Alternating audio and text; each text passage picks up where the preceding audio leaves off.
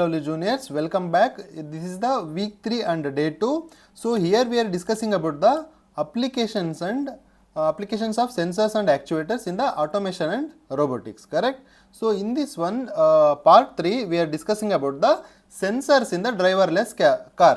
So here I given you the Tesla logo. The Tesla car is the now this is the most running automated car in the US side. Maybe in India still it is not there. So ಇದು ಇನ್ನೂ US ಗೆ ಬಂದಿಲ್ಲ. So driverless car ಅಂದರೆ ಏನಪ್ಪ ಅಂತಂದರೆ, ನಾವು normal ಆಗಿ car ಹೊಡಿಬೇಕಂದ್ರೆ ಯಾರೊಬ್ಬರು ಮನುಷ್ಯರು ಬೇಕು, ಅದಕ್ಕೆ ನೀನು ಗೇರ್ ಹಾಕು, ಸ್ಪೀಡ್ ತುಳಿ, ಕ್ಲಚ್ ಹಾಕು, ಸೊ ಈ ಥರ ಎಲ್ಲ ಭಾಳಷ್ಟು ಇರುತ್ತೆ. ನಾವು ಎಲ್ಲೆಲ್ಲಿಗೆ ಹೋಗ್ಬೇಕು ಅದನ್ನು ನಮಗೆ ಗೊತ್ತಿರಬೇಕು. ಆದರೆ ಡ್ರೈವರ್ಲೆಸ್ ಕಾರಲ್ಲಿ ಏನಾಗುತ್ತೆ ಅಂತಂದರೆ, ಅಂದರೆ ಡ್ರೈವರೇ ಇರಂಗಿಲ್ಲಪ್ಪ. ಸೊ ಡ್ರೈವರ್ ಸೀಟ್ ಇರುತ್ತೆ, ಇಲ್ಲಿ ಕಾಣ್ತಾ ಇದೆಯಲ್ಲ ಈ ಥರ ಇರುತ್ತೆ, ಅವ್ನು ನೋಡಿ ಕೈ ಮೇಲೆತ್ತಿದ್ದಾನೆ, ಆದರೆ ಅದು ಕಾರು ಮುಂದಕ್ಕೆ ಹೋಗ್ತಾ ಇರುತ್ತೆ. ಹೆಂಗಪ್ಪ ಅಂತಂದರೆ ಅದಕ್ಕೊಂದು ಸಿಸ್ಟಮ್ ಮಾಡಿದರೆ, ಅದು ಏನು ಸಿಸ್ಟಮ್ಮು, ಈ ಡ್ರೈವರ್ಲೆಸ್ ಕಾರ್ ಹೆಂಗೆ ವರ್ಕ್ ಆಗುತ್ತೆ, how this driverless car will work, ಇದರಲ್ಲಿ ಏನೇನು ಸೆನ್ಸರ್ ಯೂಸ್ ಮಾಡಿದರೆ ಅದು ಹೆಂಗೆ ಕೆಲಸ ಮಾಡುತ್ತೆ ಇವಾಗ ತಿಳ್ಕೊಳ್ಳೋಣ.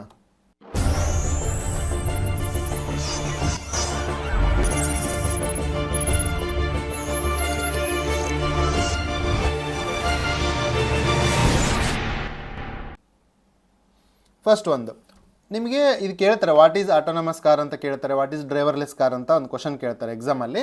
So you have to write like this: autonomous cars are vehicles that can drive themselves without human input. So this is very very important. So without human input, using the sensors, cameras and artificial intelligence. Very simple. So you can write this one, okay. So it will be mainly like self-driving. Whenever you press the self-driving button, boom, it will go as it is. And second one, what are the sensors used in the driverless car? So first one, lidar, radar, sonar, cameras, GPS, IMU and AI and common sensor. So lidar is the light detecting. So ಅದು light ಮೇಲೆ work ಮಾಡುತ್ತೆ. Radar ಬಂದು radio detection, ಅಂದರೆ ಅದು ಬಂದು ರೆಡಾರ್ದ signal use ಮಾಡುತ್ತೆ. Sonar ಅಂತಂದರೆ sound, ಅದು ಸೌಂಡ್ ಮೇಲೆ ವರ್ಕ್ ಮಾಡುತ್ತೆ. ಕ್ಯಾಮರಾಸ್ ಅದು ಹೆಂಗೆ ನಾರ್ಮಲಾಗಿ ರೆಕಾರ್ಡ್ ಮಾಡೋಕ್ಕೆ ಯೂಸ್ ಮಾಡ್ತೀವಿ, ಅದು 360 ಡಿಗ್ರಿ. 360 ಡಿಗ್ರಿ ಅಂತ ಏನಪ್ಪ ಅಂದರೆ, ನಾನು ನಾರ್ಮಲ್ ನಿಮ್ಮ ಕ್ಯಾಮರಾ ಎಲ್ಲ ಯಾವ ಥರ ಅಂದರೆ, ನಿಮ್ಮ ಫ್ರಂಟಲ್ಲಿ ಏನಿದೆ ಅದೇ ಕಾಣುತ್ತೆ, ಹೌದಾ. 360 ಡಿಗ್ರಿ ಅಂದರೆ ಸುತ್ತಮುತ್ತ ಕಾರ್ ಸುತ್ತಮುತ್ತ ಏನಾದ್ರು ಹೋಗ್ತಾ ಇದ್ದಾರೆ ಅಂತ ತಿಳ್ಕೊಬೇಕಲ್ಲ, ಅದು ಇದು. IMU ಅಂದರೆ ಇನರ್ಷಿಯಲ್ ಮೆಜರ್ಮೆಂಟ್ ಯೂನಿಟ್ಸ್. ಅದೇನಪ್ಪ ಅಂತಂದರೆ, ನಿನ್ನ ಕಾರ್ ಹೋಗ್ತಾ ಇದೆ, ನಂದು ವೀಲ್ ಎಷ್ಟು ಸ್ಪೀಡ್ ತಿರುಗ್ತಾ ಇದೆ, ಅದು ಎಷ್ಟು ಅಲೈನ್ಮೆಂಟ್ ಹೆಂಗಿದೆ, ಎಷ್ಟು ಎಲ್ಲಿ ಟರ್ನ್ ಆಗಿದೆ, ಆ ಕಾರ್ ಹತ್ರ ಸುತ್ತಮುತ್ತ ಏನಾದರೂ ಇದೆಯಾ. ಸೊ ಈ ಥರ ಇನರ್ಷಿಯಾ ಅಂತಂದರೆ ಏನಂತಂದರೆ, ಒಂದು ಏನೋ ಮೂಮೆಂಟ್ ಆಗ್ತಾ ಇದೆ ಅದನ್ನು ಕ್ಯಾಪ್ಚರ್ ಮಾಡೋದು, ಅದೊಂದು ಸೆನ್ಸರ್ಸ್ ಇರುತ್ತೆ. ಆಮೇಲೆ ಆರ್ಟಿಫಿಷಿಯಲ್ ಇಂಟೆಲಿಜೆನ್ಸ್ ಅಂದರೆ ಇದು ನಿನಗೆ ಒಂದು ರೋಬೋಟಿಕ್ಸ್ನು ಅಂತ ಹೇಳೋಕ್ಕಾಗಲ್ಲ. ಆರ್ಟಿಫಿಷಿಯಲ್ ಇಂಟೆಲಿಜೆನ್ಸ್ ಅಂದರೆ ಆ ಸೆಲ್ಫ್ ಥಿಂಕಿಂಗ್, ಅದ್ರ ಬಗ್ಗೆ ಅದೇ ಯೋಚನೆ ಮಾಡುತ್ತೆ, ಅದು ಏನು ಮಾಡಬೇಕು ಏನಿಲ್ಲ ಡಿಸಿಷನ್ ಮೇಕಿಂಗ್ ಮಾಡುತ್ತೆ. ಸೊ ಅದು ಒಂದು ಕಾಮನ್ ಸೆನ್ಸರ್ಸ್. ನಾರ್ಮಲ್ ಎಲ್ಲ ಕಾರಲ್ಲಿ ಏನೇನು ಇರುತ್ತಲ್ವ, ಸೊ ಅದೆಲ್ಲ ಇರುತ್ತೆ. ಸೊ ನೋಡಿ, ಇದು ಆಟೋಮೇಟೆಡ್ ಕಾರು. ಇದರಲ್ಲಿ ಏನಿರುತ್ತೆ ಅಂತ ನೋಡೋಣ. ಫಸ್ಟ್ ಇಲ್ಲಿ ಮೇನ್ ಏನಿದೆ, ಲೈಡಾರ್ ಇದೆ, ಹೌದಾ. ಸೊ ಇದು light detecting and ranging sensor, ಆಯಿತಾ. ಇಲ್ಲಿ GPS. ಸೊ ಈ ಥರ ಆ್ಯಂಟೆನ ಎಲ್ಲ ಇರುತ್ತಲ್ವ ನಿಮ್ಮ ಕಾರಲ್ಲೆಲ್ಲ ನಾರ್ಮಲಾಗಿ ರೇಡಿಯೋಗೆ ಯೂಸ್ ಮಾಡ್ತಿರೋ, ಸೊ ಅದೇ ಥರ ಇದು ಒಂದು GPS ಒಂದು. ಸೊ ವೀಲ್ ಎನ್ಕೋಡರ್, ನಾನು ಹೇಳಿದ್ನಲ್ಲ IMU ಎಲ್ಲ ಇಲ್ಲಿರುತ್ತೆ, ಅಂದರೆ ವೀಲ್ ಎಷ್ಟು ಮುಂದಕ್ಕೆ ಹೋಗಿದೆ ಹಿಂದಕ್ಕೆ ಹೋಗಿದೆ ಯಾವ ಡೈರೆಕ್ಷನಲ್ಲಿದೆ ಅದು ಚೆಕ್ ಮಾಡುತ್ತೆ. ಆಮೇಲೆ ಆನ್ಬೋರ್ಡ್ ಯೂನಿಟ್. ಸೊ ಇದೆಲ್ಲ ನಿನಗೆ ಅದರೊಳಗಡೆ ಈ ಥರ ಆನ್ಬೋರ್ಡ್ ಯೂನಿಟ್ಗೆ ಏನೇನು ಬೇಕಾಗಿರುತ್ತೆ ಆ ಸೆನ್ಸರ್ಸ್ ಎಲ್ಲ ಇರುತ್ತೆ. ಸೊ ಅಲ್ಟ್ರಾಸಾನಿಕ್ ಸೆನ್ಸರ್ ಇರುತ್ತೆ, ಕ್ಯಾಮರಾ. ಸೊ ಇಲ್ಲಿ ಬಂದು ನಿನಗೆ ಇನ್ಫ್ರಾರೆಡ್ ಹೊರಗಡೆ ತೆಗಿ, ಆಯಿತಾ, ರೆಡಾರ್ ಸೆನ್ಸರ್. ಸೊ ನನ್ನ ಮುಂದೆ ಏನೇನು ಬರುತ್ತೆ ಅದು ಚೆಕ್ ಮಾಡೋಕ್ಕೆ, ಆಯಿತಾ. ಸೊ ನಾವು ಫಸ್ಟ್ ಬಂದು ನೋಡೋಣ ಲೈಡಾರ್ ಅಂದರೆ ಏನು. ಸೊ ಈ ಥರ ನಿನಗೆ ಕಾರ್ ಮೇಲೆ ಒಂದು ಸೆನ್ಸರ್ ಇರುತ್ತೆ, ಲೇಡಾರ್ ಸೆನ್ಸರ್. ಸೊ ಇದು ಏನಪ್ಪ ಅಂತಂದರೆ, it is a detection system which works on the principle of radar but uses the light from the laser. So ಈ ಥರ ಲೇಸರ್ ಲೈಟ್ ಮೇಲೆ ವರ್ಕ್ ಆಗುತ್ತೆ. ಆದರೆ ಪ್ರಿನ್ಸಿಪಲ್ ಬಂದು ಈ ಸೋನಾರ್, ರೆಡಾರ್ ಮತ್ತು ಲೈಡಾರ್ ಎಲ್ಲನೂ ಸೇಮೇ ಪ್ರಿನ್ಸಿಪಲ್, ಆದರೆ ಡಿಫ್ರೆಂಟ್ ಫಾರ್ಮಲ್ಲಿ ಮಾಡ್ತೀವಿ. ಸೊ ಇದು ಹೆಂಗೆ ಲೈಡಾರ್ ಹೆಂಗೆ ಕೆಲಸ ಮಾಡುತ್ತೆ, ಇಲ್ಲಿ ಒಂದು ಚಿಕ್ಕ ವಿಡಿಯೋ ಇದೆ, ಅದು ಆ್ಯನಿಮೇಷನ್ ನೋಡೋಣ. As you can see here, the single light photon is emitted from the sensor, hits an object like a tree, and bounces back to the lidar sensor, at which point the data from the light photon's travels is recorded. It is measuring distance and time. The amazing thing about this is that it works for non-stationary objects in real time, such as pedestrians, bicyclists, and other cars. Because lidar is its own light source, it can even see at night. This is an advantage over cameras, which have trouble in darkness. A good so ನೋಡಿದ್ರಲ್ಲ, so ಇಲ್ಲಿ ಏನಾಗ್ತಾ ಇದೆಯಪ್ಪ ಅಂತಂದರೆ, we will highlight a single photon or particle of light. As you can see here, the single light photon is emitted from the sensor, hits an object like a tree, and bounces back to the lidar sensor. ನೋಡಿ ಇಲ್ಲಿ ಇದು ಯಾವ ಥರ work ಆಗುತ್ತೆ ಅಂದರೆ, so ಇಲ್ಲಿದೆ ಅದು ನಿನಗೆ ಲೈಡಾರ್ ಸಿಗ್ನಲ್ ಲೇಸರ್ ಸಿಗ್ನಲ್ ಆಗಿ ಕಳಿಸುತ್ತೆ. ಸೊ ಅದು ನಿನಗೆ ಏನು ಮಾಡುತ್ತೆ ಅಂದರೆ, ಸುತ್ತ ಎಲ್ಲೆಲ್ಲಿದೆ ಎಲ್ಲ ಹತ್ರ ಅದು ಲೇಸರ್ ಸಿಗ್ನಲ್ ಕಳಿಸುತ್ತೆ. ಆಮೇಲೆ ಅದು ಎಷ್ಟು ಫೋರ್ಸಿಂದ ವಾಪಸ್ ಬರುತ್ತೆ ಅದ್ರ ಮೇಲೆ ಅದು ಗೊತ್ತಾಗುತ್ತೆ ಅದ್ರ ಸುತ್ತ ಏನೇನಿದೆ ಅಂತ. ನೋಡಿ ಸಿಗ್ನಲ್ ಹೆಂಗೆ ವಾಪಸ್ ಬರುತ್ತೆ ನೋಡಿ, ಈ ಥರ ಹೋಗುತ್ತೆ, ಈ ಥರ ಬರುತ್ತೆ. It is measuring distance and time. ಅದೆಷ್ಟು The amazing thing about this is that it works for non-stationary objects in real time, such as pedestrians, bicyclists, and ಯಾರಾದ್ರೂ ಸುತ್ತ ಮನುಷ್ಯರು ಹೋದ್ರು, ಕಾರ್ ಹೋದ್ರು ಅದನ್ನು ಡಿಟೆಕ್ಟ್ ಮಾಡುತ್ತೆ. It can even see at night. ನೋಡಿ night ಅಲ್ಲಿನೂ ಇದು ವರ್ಕ್ ಆಗುತ್ತೆ ಲೈಡಾರ್, ಅದಕ್ಕೆ ಅದನ್ನ ಲೈಟ್ ಡಿಟೆಕ್ಷನ್ ಅಂತ ಕರಿತೀವಿ ನಾವು. A good lidar has from 8 to 128 laser beams to measure the environment. ಇದನ್ನು ನೀವು ಬರೀಬಹುದು 8 ರಿಂದ 128 ಲೇಸರ್ ಬೀಮ್ ಈ ತರ ಬಿಟ್ರೆ ಎಲ್ಲಾನು ಅದು ರೆಕಾರ್ಡ್ ಆಗುತ್ತೆ. 360 ಡಿಗ್ರಿ ಸುತ್ತ ತಿರುಗುತ್ತೆ ಅದು.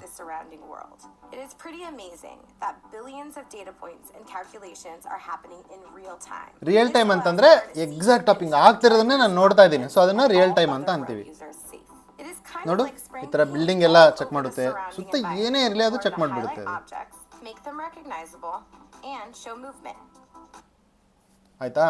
ಸೊ ಲೈಡರ್ ಈ ಥರ ವರ್ಕ್ ಮಾಡುತ್ತೆ. ಸೊ ನಾನು ಹೇಳಿದ್ನಲ್ಲ ಇದಕ್ಕಿಂತ ಮುಂಚೆ, ಸೊ ದ ವರ್ಕಿಂಗ್ ಪ್ರಿನ್ಸಿಪಲ್ ಏನಪ್ಪ ಅಂತಂದರೆ, ಮೇನ್ ಇಲ್ಲಿ ಈ ಥರ ಒಂದು ಪ್ಲೇನ್ ಹೋಗ್ತಾ ಇದೆ. ಇದು ಮೊದಲೆಲ್ಲ ಪ್ಲೇನಲ್ಲಿ ಯೂಸ್ ಮಾಡ್ತಾ ಇದ್ರು, ಯಾಕಂದರೆ ಅದು ಆಟೋಮೇಟೆಡ್ ಆಗಿ ಹೋಗುತ್ತಲ್ವ. ಅದು ಅವ್ರು ಏನು ಮಾಡ್ತಾರೆ ಅಂತಂದರೆ, ಈ ಥರ ಎಲ್ಲ ಸ್ಕ್ಯಾನ್ ಮಾಡ್ತಾರೆ. ಲೀಡರ್ ಲೈಟೆಲ್ಲ ಬಿಡೋದು, ಕೆಳಗಡೆ ಏನು ಆಬ್ಜೆಕ್ಟ್ ಇದೆ, ಅವ್ನು ಸಮುದ್ರದ ಮೇಲೆ ಹೋಗ್ತಾ ಇದ್ದಾನ ಅಥವಾ ಒಂದು ಗುಡ್ಡದ ಮೇಲೆ ಹೋಗ್ತಾ ಇದ್ದಾನ, ಒಂದು ಬೆಟ್ಟದ ಮೇಲೆ, ಒಂದು ಮನೆ ಮೇಲೆ ಹೋಗ್ತಾ ಇದ್ದಾರಾ, ಸೊ ಅಲ್ಲಿ ಏನಿದೆ ಆ ಆಬ್ಜೆಕ್ಟ್ನ ಕ್ಯಾಪ್ಚರ್ ಮಾಡಿ ಅದು ಹೇಳುತ್ತೆ ಇಷ್ಟೇ ಡಿಸ್ಟೆನ್ಸ್ ಇದೆ ಅಂತ. ಇಲ್ಲಾಂದರೆ ಅವ್ರಿಗೆ ಹೆಂಗೆ ಗೊತ್ತಾಗುತ್ತೆ, ಹೌದಲ್ವಾ?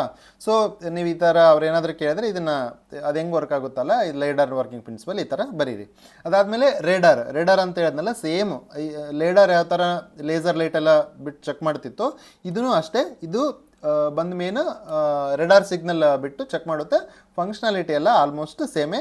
ಸೊ ನೀವು ಈ ಥರ ಡೆಫಿನಿಷನ್ ಬರೀರಿ. It is a device or a system for finding the position or the speed of objects such as aircraft that cannot be seen by measuring the direction and timing of a short radio waves that are sent out and reflect back from the object. ನಾನು ಹೇಳಿದ್ನಲ್ಲ ಅವಾಗ video ತೋರಿಸ್ದಲ್ಲ, ಅದರಲ್ಲಿ ಈ ಥರ ಒಂದು signal ಹೋಗ್ತಾ ಇತ್ತು ಲೇಸರ್ದು, ಮತ್ತೆ ವಾಪಸ್ ಬರ್ತಾ ಇತ್ತು. ಸೇಮ್ ಇದರಲ್ಲಿ ಅಷ್ಟೇ. ಇಲ್ಲಿ ನೋಡಿ, ಇಲ್ಲಿ ಕಾಣ್ತಾ ಇದೆಯಲ್ಲ, ಏಲಿಯನ್ ಮೂವೀಸಲ್ಲೆಲ್ಲ ನೀವು ನೋಡಿರ್ತೀರ ಮೋಸ್ಟ್ಲಿ. ಈ ಥರ ಒಂದು ನಾನು ರೆಡಾರ್ ಸಿಗ್ನಲ್ ಕಳಿಸ್ತೀನಪ್ಪ, ಇಲ್ಲಿ ಏನೋ ಒಂದು ಆಬ್ಜೆಕ್ಟ್ ಇತ್ತಂದರೆ ಇದು ಹಿಟ್ ಆಗುತ್ತೆ ಮತ್ತು ವಾಪಸ್ ಬರುತ್ತೆ. ಏನೋ ಆಬ್ಜೆಕ್ಟ್ ಇಲ್ಲ ಅಂದರೆ ಅದು ಮುಂದಕ್ಕೆ ಹೋಗುತ್ತೆ. ಹಿಂಗೆ ಕರೆಕ್ಟಾ? ನನಗೇನು ಸಿಗ್ನಲ್ ಬಂದಿಲ್ಲ ಅಂದರೆ ಸುತ್ತ ಏನೂ ಇಲ್ಲ ಅಂತ ಅರ್ಥ. ಸೊ ಅದೇ ರೆಡಾರ್ ಅಷ್ಟೇ. ಸೊ ಇದು ರೆಡಾರ್ದವನೇ ಏನಾದರೂ ಕೇಳಿದ್ರೆ ಈ ಥರ ಒಂದು ಬ್ಲಾಕ್ ಡಯಾಗ್ರಾಮ್ ಹಾಕಿ ಇದನ್ನು ನೀವು ಎಕ್ಸ್ಪ್ಲೇನ್ ಮಾಡ್ಬೋದು. ಇಲ್ಲ ನನಗೆ ತಿಳಿದಿಲ್ಲ ಅಂತಂದರೆ ನೀವು ಕಮೆಂಟ್ ಮಾಡಿರಿ, ನಾನು ಈ ಬ್ಲಾಕ್ ಡಯಾಗ್ರಾಮ್ ಹೆಂಗೆ ವರ್ಕ್ ಆಗುತ್ತೆ, ಏನಿಲ್ಲ, ಈ ಪಲ್ಸ್ ಮಾಡ್ಯುಲೇಟರ್ ಅಂದರೆ ಏನು, ಪವರ್ ಆ್ಯಂಪ್ಲಿಫೈಯರ್ ಅಂತಂದ್ರೆ ಏನು, ಇಷ್ಟೆಲ್ಲ ಆ್ಯಕ್ಚುಲಿ ನಿಮ್ಮದು ಸಿಲೆಬಸ್ ಯಾರು ಪ್ರಿಪೇರ್ ಮಾಡಿದಾರೋ ಅವ್ರ ಹತ್ರನೂ ಈ ಥರ ಡಾಟಾ ಇದೆಯೋ ಇಲ್ಲೋ ಎಲ್ಲ ಗೊತ್ತಿಲ್ಲ. ನಾನು ಇದೊಂದು ಸೋರ್ಸಿಂದ ತೊಗೊಂಡಿರೋದು, ಇದು ಆಟೋಮೇಟೆಡ್ ಕಾರ್ಸ್ ಯಾರು ಪ್ರೊಜೆಕ್ಟ್ ಮಾಡ್ತಾರಲ್ಲ ಆ ಸೋರ್ಸಿಂದನೇ ತೊಗೊಂಡಿದ್ದೀನಿ. ಸೊ ನಿಮ್ಗೆ ಏನಾದರೂ ಬೇಕಂದರೆ ನಾನು ಮತ್ತೆ ಇದನ್ನು ಎಕ್ಸ್ಪ್ಲೇನ್ ಮಾಡ್ತೀನಿ, ಓಕೆನಾ? So next, what is sonar? Sonar ಅಂದರೆ ಸೇಮ್ ಅಪ್ಪ. ಇದು ಮೇನ್ಲಿ ನಾವು ಎಲ್ಲಿ ಯೂಸ್ ಮಾಡ್ತಿದ್ವಿ ಅಂದರೆ ಅಂಡರ್ ವಾಟರ್ ಆಗಿರ್ಬೋದು. ಮೇನ್ಲಿ ಅಲ್ಲೇ ಸಬ್ಮರೀನ್ ಇದೆ. ಫಾರ್ ಎಕ್ಸಾಂಪಲ್ ಇದು ನೀರೊಳಗಡೆ ಹೋಗುತ್ತೆ. ನನಗೇನು ಇಲ್ಲಿ ಸುತ್ತ ಯಾರಾದರೂ ಎನಿಮೀಸ್ ಬಂದ್ರಪ್ಪ, so there will be some attackers who is attacking on us. So I want to know who is attacking and from which way they are coming. So what they will do, so I will send the sonar signals like this. Okay, just think that here one missile is coming toward this submarine. What it will do, whenever it will be sending the sonar waves, no, again it will hit this object. ಇದನ್ನ hit ಆಗುತ್ತೆ ಮತ್ತೆ ಈ ಥರ ವಾಪಸ್ ಬರುತ್ತೆ. Transmission sending ಬಂದಾಗ ಏನಾಗುತ್ತೆ, ಓ ಇಷ್ಟು ಮೀಟರಲ್ಲಿ ಅದರಿಂದ ಹೇಗೆ ಕ್ಯಾಲ್ಕುಲೇಟ್ ಆಗುತ್ತೆ ಅಂದರೆ ಡಿಸ್ಟೆನ್ಸ್ ಬೈ ಟೈಮ್. ಇಷ್ಟು ಡಿಸ್ಟೆನ್ಸ್ನ ಎಷ್ಟು ಟೈಮಲ್ಲಿ ಹೋಯ್ತು, ಎಷ್ಟು ಟೈಮಲ್ಲಿ ವಾಪಸ್ ಬಂತು, ಅವ್ರಿಗೆ ಗೊತ್ತಾಗುತ್ತೆ ಒಂದು ಎನಿಮಿ ಇಲ್ಲೇ ಇದ್ದಾನೆ ಅಂತ. So that's how the sonar will work. And this is the working principle. Same, it will send the signal and it will receive the signal whenever it hits the seabed. It is also same. Okay. So for this one you can write this working principle of a sonar, how it will work in the self cars. This is very easy. So the same thing will apply in the automated car. Okay, and then HD cameras. You know the cameras we are using to make the 360 degree vision, so that we want to know what are the things going around the car. correct, while driving in the road. And then GPS, you know, in the daily life we are using GPS. Without GPS now it is very difficult to go some location, right? The same thing, this artificial intelligence system will use the GPS. And then this is the global positioning system. You can write how it will work, how it will use the radio signals. So these things you can write it. And then IMUs, as I told you, it will use the gyroscope, accelerometer, magnetometers and temperature sensor to get the all the information like rotation angle, like what is the pitch of and the angular velocity. So these are all things it will give you the information. And then the artificial intelligence system. So what is this artificial intelligence system? So this is the system which is controlling all the sensors in the system. So it will take feedback from all the sensors and it will decide what to do. For example, just think that now car is going, it is detecting one man coming in front of the car. So it will detect from the sensor, it will get the signal and suddenly it will put the brake automatically. So that's how it will work. And just think that if you are going here and it there is a camera sensor which will detect that there is a red signal here. On the red signal ide anta gottagutte. So suddenly this will come back to the system and AI will decide that he should not cross this line such that, so maybe ಇಲ್ಲಿ signal ಬಿದೆ ಅಂತಂದರೆ ಇಲ್ಲಿಂದ ಜನ ಹೋಗ್ತಾ ಇರ್ತಾರೆ, ಇಲ್ಲಿಂದ ಬರ್ತಾ ಇರ್ತಾರೆ. So when the signal is green again it will automatically move. So that's how artificial intelligence will work. So what is the artificial intelligence? Why we are using? Because it will improve the safety and in the traffic congestion also it will be very useful and enhanced accessibility and also the efficiency and energy savings and productivity and the convenience. Okay, so this is how the automatic car will work. Now in the part 4, in the next chapter, we are going to discuss about the demonstrate resistive type sensor applications using the PLC. So this resistive type means resistance, where you are using RTD mainly for the temperature. So how this will RTD will work, so we will see it in the next video. Till then, see you, bye bye.